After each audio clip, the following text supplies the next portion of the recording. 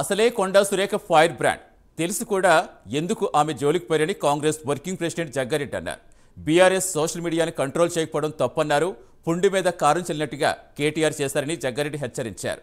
కేటీఆర్ ఇంట్లో ఉన్న ఆమెను రెచ్చగొట్టి తన్నించుకున్నారని, కొండా సురేఖకు క్షమాపణ చెప్పాలని జగ్గారెడ్డి సూచించారు.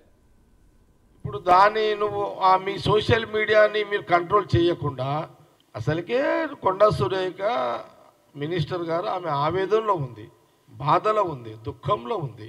నువ్వు మళ్ళీ పుండు మీద కారం చల్లినట్టు చేసినావు. నువ్వు మళ్ళీ అసలుకే ఆమె ఫైర్ ముట్టుకోకపోతే ఎవరిని ఏమనదు. ఆమె దగ్గరికి పోతే ఆమె ఊకోదు.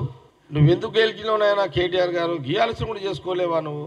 అయినా ఒక్కటి ఇది తప్పు కదా. మీ టీఆర్ఎస్ సోషల్ మీడియా ఈ దండలు, ఆ దండ మర్యాదపూర్వకంగా దండ ఇది అది ఏం కనబడ్డది నీకు?